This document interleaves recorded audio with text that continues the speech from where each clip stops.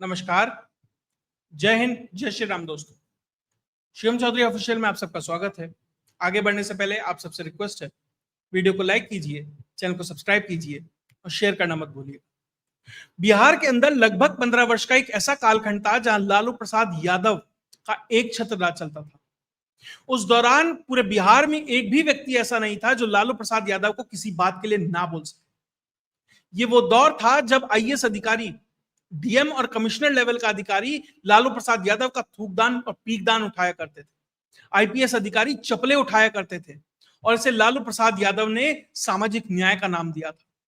सामाजिक न्याय के नाम पर बिहार का क्या हश्र किया लालू प्रसाद यादव ने, सबने देखा है। यही वो जंगल राज का दौर था जिसमें शिल्पी गौतम और चंपा बिस्वास जैसी घटनाएं घटित होती हैं।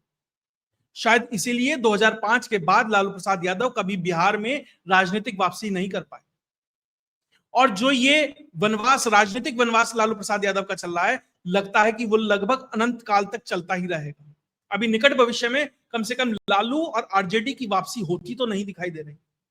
अभी तक तो राजनीतिक दुश्वारियां थी, अब तक तो राजनीतिक परेशानियां थी। अब ऐसा लग रहा है कि जो अदालती परेशानियां हैं वो दोबारा से लालू के लिए शुरू होने वाली है, क्योंकि पहले ही एक चारा घोटाले में लालू प्रसाद यादव सजा याफ्ता हैं, जेल उन्हें हो चुकी है। एक नया मामला खुलकर अब सामने आ गया है और जिस तरीके से आज रोज एवेन्यू कोर्ट में उसके अंदर डेवलपमेंट हुई है, तो पूरा का पूरा परिवार, लालू, उनकी बीवी राबड़ी देवी और उनके बेटे तेजस्वी यादव, उसमें साफ तौर पर फंसते नजर आ रहे हैं। रोज एवेन्यू कोर्ट में जस्टिस विशाल गोगने की अदालत में 2022 में सीबीआई ने एक चार्जशीट फाइल की थी, जिसका 2023 में कोर्ट ने संज्ञान लिया और 2025 में जो चार्जशीट फाइल हुई थी उसमें जो आरोप लगाए गए हैं परिवार के ऊपर, यह तय होना था कि वो आरोप सही हैं या नहीं और उसके बेसिस पे क्या केस चल सकता है। तो आज कोर्ट ने कहा कि प्राइमा फेसी, प्रथम दृष्टया ये आरोप सत्य पाए जाते हैं, सत्य लगते हैं और इनके हिसाब से अब परिवार के ऊपर केस चलेगा।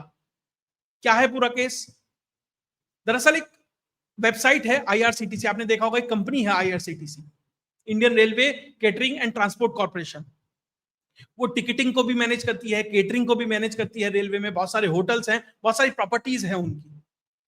तो जब लालू प्रसाद यादव रेलवे मंत्री थे 2004 से लेकर 2009 के बीच, तो किस तरीके से वहां पर घोटाला हुआ उसको लेकर पूरा का पूरा ये केस है। आईआरसीटीसी के 2 होटल थे, एक पुरी के अंदर और एक रांची के अंदर।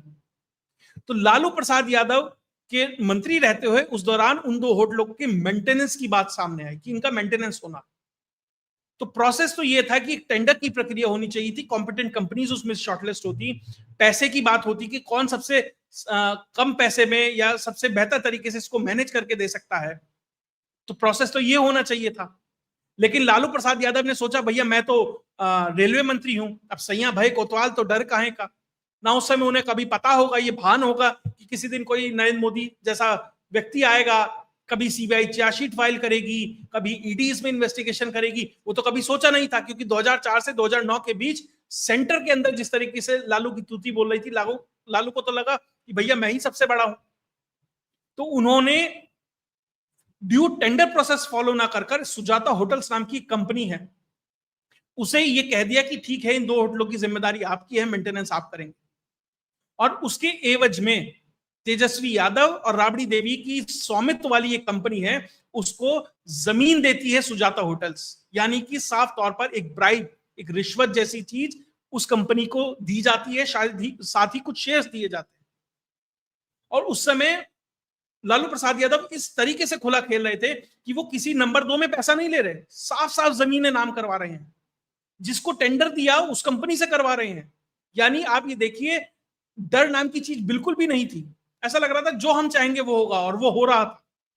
तो उसी केस में जो एविडेंसेस फाइल किए गए हैं सीबीआई की तरफ से, तो कोर्ट ने कहा कि जो ट्रेल ऑफ एविडेंसेस है वो प्रथम दृष्टया सही लगती है, कन्विंसिंग लगती है, और केस आगे बढ़ेगा। अब तीनों के ऊपर धारा 420 यानी फ्रॉड, 120 बी यानी आपराधिक षड्यंत्र के तहत केस चलेगा। साथ ही लालू प्रसाद यादव के ऊपर प्रिवेंशन ऑफ करप्शन एक्ट की धारा 13(2) और 13(1)(d) के तहत भी केस चलेगा। और लालू प्रसाद यादव जो गरीब गुरबा के नेता हैं, जो बहुत गरीब परिवार से आते हैं, 10-10 लॉयर की एक बड़ी बैटरी लेकर वह पहुंचते हैं। लगभग 14 लोगों के नाम इसमें आए हैं। 14 लोग इसमें एज अक्यूज्ड अब आगे बढ़ने वाले हैं। 3 परिवार से हैं, 3 ये महत्वपूर्ण है। तो ये महत्वपूर्ण सिर्फ इसलिए नहीं है कि लालू प्रसाद यादव के लिए कोर्ट के अंदर कुछ हो रहा है, इसके राजनीतिक रिपरकशन क्या होंगे ये और बड़ा है। देखिए, एक राजनेता कभी कोर्ट से नहीं डरता। उसे पता है कि मैं अभिषेक मनु सिंघवी, कपिल सिब्बल, बड़े बड़े लॉयर करूंगा, भैया होगा क्या, ज्यादा से ज्यादा 6 महीने साल भर के लिए अंदर जाऊंगा, फिर वापस आ जाऊंगा। लालू के साथ भी तो यही हुआ ना, चारा घोटाले में गए जेल के अंदर, उसके बाद उनके फेफड़े भी खराब, गुर्दा भी खराब, लीवर भी खराब, मतलब शरीर में सब कुछ खराब हो जाता है जब जमानत लेने जाना होता है। और बड़े बड़े वकील वहां पहुंचते हैं और उस दौरान उन्हें जमानत भी दिलवा देने में कामयाब हो जाते हैं। लगभग 30 के आसपास बीमारियां बताई है लालू प्रसाद यादव ने जमानत लेने के लिए।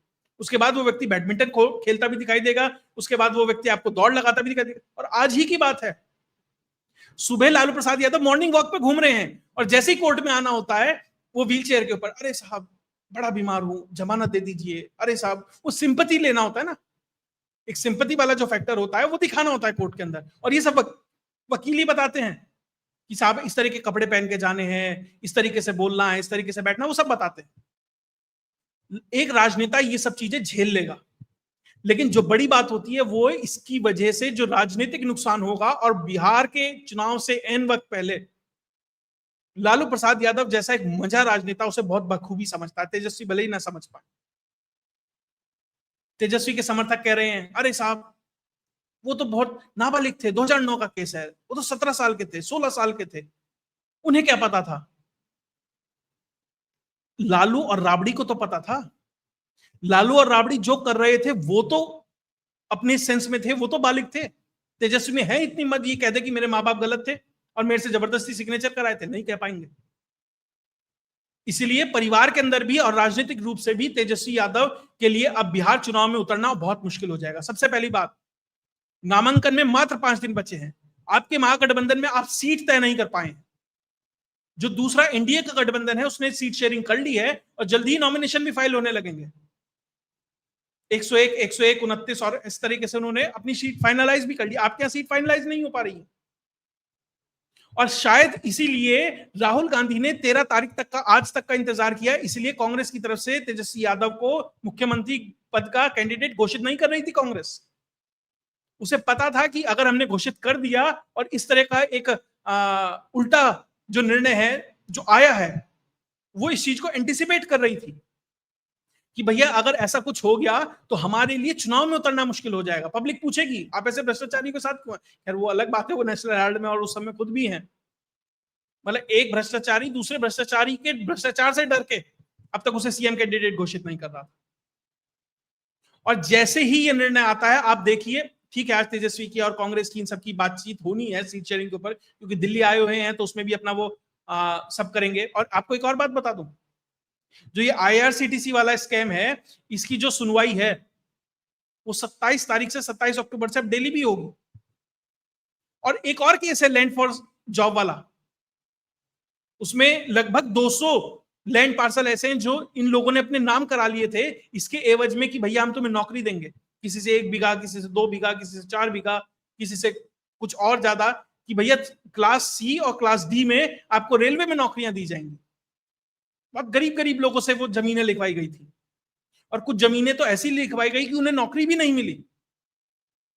तो लैंड फॉर जॉब इस स्कैम में भी इनके ऊपर केस चलना है 10 नवंबर से, और 10 नवंबर को शायद फैसला आना है, माफ कीजिएगा, और 11 तारीख को सेकंड राउंड ऑफ वोटिंग है। और जो आईआरसीटीसी वाला है इसका 27 तारीख से रोज सुनवाई होनी है। तो कुल मिलाकर पूरे परिवार के लिए जो जुडिशरी है जिस तरीके से मुंह बाय खड़ी है, बहुत असहज है। और आज के इस निर्णय का फर्क यह पड़ा है कि जो कन्हैया कुमार है, इसको कंटेनर पे नहीं चढ़ने दिया था ना, मंच पे नहीं चढ़ने दिया था, तो आज उसका दिन है। अब तक तो तुमने कन्हैया कुमार और पप्पू यादव को दबा के रखा कि भाई तेजस्वी के समकक्ष आकर ना खड़े हो जाएं, तो आज उनके बोलने का दिन है। तो कन्हैया कुमार ये कह रहे हैं कि यही लालू प्रसाद यादव हैं जिन्होंने हमारे जो प्रदेश के प्रभारी हैं, दलित हैं, उनके लिए अभद्र भाषा का प्रयोग किया था। तो आज वो दिन तेजस्वी का, माफ कीजिएगा, कन्हैया का और पप्पू यादव का। पप्पू यादव भी खुल के खेल रहे हैं, वो भी मैदान में उतर गए हैं परिवार के खिलाफ। और इस एक निर्णय ने महागठबंधन के अंदर जो बार्गेनिंग पावर है, सबसे पहली चीज लेकिन चुनाव जब होगा उससे पहले तो सीट शेयरिंग होकर चुनाव लड़ना है ना, अपने साथियों को साथ रखना है। सबसे पहले तो जो सीट शेयरिंग के लिए जो बार्गेनिंग पावर है तेजस्वी यादव की, वो हल्की कर दी है। कांग्रेस 70 सीटें मांग रही थी, 50 से ज्यादा देने को तैयार नहीं थे। आज अब क्या वो स्थिति में है तेजस्वी कि वो कह सके कि नहीं भैया मैं 70 नहीं दूंगा, मैं 50 दूंगा? जो वीआईपी 40 मांग रही है और उसकी जगह ये 18 देने के लिए तैयार है, क्या वो बार्गेनिंग पावर होगी? क्या सीपीआईएमएल के सामने बार्गेनिंग पावर होगी? अगर बार्गेनिंग पावर कम होती है और ये ज्यादातर सीटें उन्हें दे देते हैं, तो कितनी ही सीटें बचेंगी? 100 सीटें बचेंगी तेजस्वी यादव के पास लड़ने के लिए? सवाल ये भी है।